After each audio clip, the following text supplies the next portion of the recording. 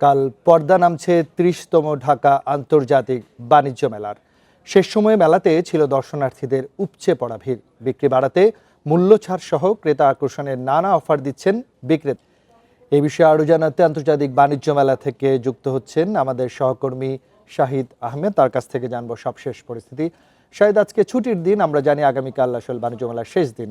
তো এখন পর্যন্ত দর্শনার্থী ক্রেতা বিক্রেতা আসলে কি বলছেন?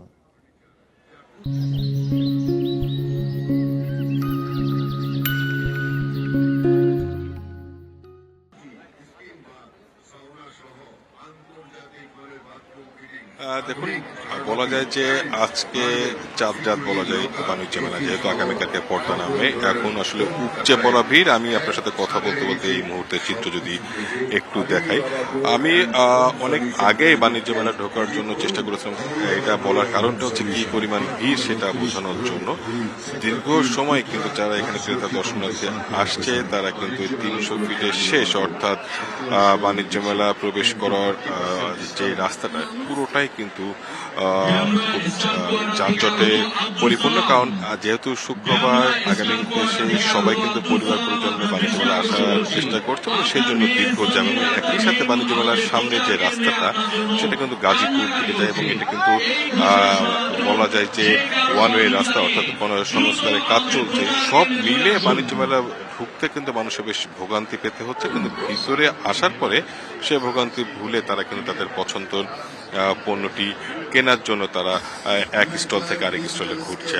আর যে বিষয়টা আপনি প্রতিবেদনে দেখছিলেন, আমি আসার পরে এখানে যারা ক্রেতা সাধারণ দর্শনার্থী রয়েছে তাদের সাথে কথা বলেছি, সবাই কিন্তু একটু অবাকই হচ্ছে। কারণ সরকার কিন্তু বেশ জোরালো ভাবে বলেছিল যে আসলে বাণিজ্য মেলাতে এবারই প্রথম পলিথিন নিষিদ্ধ করা হয়েছে, অর্থাৎ সিঙ্গেল ইউজ একবার ব্যবহারযোগ্য পলিথিন। কিন্তু নানা কৌশলে ব্যবসায়ীরা কিন্তু তাদের বিক্রিত পণ্যটাকে কিন্তু ক্রেতা সাধারণের কাছে এই পলিথিন ব্যাগে কিন্তু দিচ্ছে, আর ক্রেতারা কিন্তু বাধ্য হয়ে নিচ্ছে। এখানে যারা পণ্য কিনেছে সেই ধরনের ক্রেতারা তারা বলেছিল যে আসলে তাদের কিছু করার নেই। কারণ মানে একেবারে বলা যায় যে কেউই নাই যারা বাসা থেকে ব্যাগ নিয়ে আসছে মূলত এই পণ্যটা নেওয়ার জন্য। সবাই কিন্তু এখানে যে বিক্রেতারা যে পণ্যটাই যে ব্যাগে বা যে মোড়কে দিবে তারা কিন্তু সেটাই নিয়ে যাচ্ছে। তারা বলছে যে বিকল্প যে সংস্থান, অর্থাৎ পাট সহ কাপড়ের যে ব্যাগগুলো সেইগুলোতে আরো সহজলভ্য করতে হবে, তাহলে কিন্তু এই যে পলিথিন নিষিদ্ধের যে সরকারি কার্যক্রমটা সেটা সফলতার মুখ দেখবে। পাশাপাশি দামটাও কিন্তু সহনীয় পর্যায়ে রাখতে হবে। আর বিদেশি স্টলের কথা যেটা বলছিলাম যে 11টি স্টল রয়েছে, তার মধ্যে মানুষের যে আগ্রহটা বলা যায় ভারত, পাকিস্তান এবং তুরস্কের স্টলের প্রতি, যদিও সেই পণ্যের দামটাও কিন্তু অনেক বেশি। বিষয়টি একটু জানাবেন আমাদেরকে যে আসলে এই বছর মেলায় বিদেশি রপ্তানি আদেশ আসলে কেমন হতে পারে, কি বলছেন ব্যবসায়ীরা?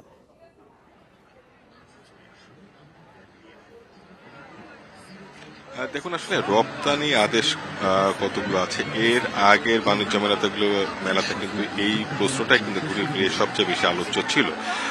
যদিও এই অন্তর্বর্তী সরকারের বাণিজ্য উপদেষ্টা এবং বাণিজ্য সচিবের কাছে আমরা যখন মেলার শুরুতে তারা যখন প্রেস ব্রিফিং করেছিল, তাদের কাছে এই প্রশ্নটাই জানতে চেয়েছিলাম যে কি পরিমাণ রপ্তানি আদেশ। সুতরাং বাণিজ্য মন্ত্রণালয় থেকে স্পষ্ট বলে দেওয়া হয়েছে যে আসলে রপ্তানি আদেশ কত সেটার পরে কিন্তু তারা বিশ্বাসী না। তারা যেটা বলছে নিজেদের পণ্যের প্রচার এবং বিদেশি ক্রেতাদের আকৃষ্ট করাটাই মূল লক্ষ্য তাদের। এর আগে যে বিভিন্নভাবে বলা হতো বাণিজ্য মন্ত্রণালয় থেকে এত কোটি টাকা রপ্তানি আদেশ পেয়েছিল, সেইটা আসলে কতটুকু সত্য সেটাও কিন্তু সেই বিষয়টা নিয়ে প্রশ্ন তুলেছিল খোদ বাণিজ্য উপদেষ্টা, বাণিজ্য সচিব।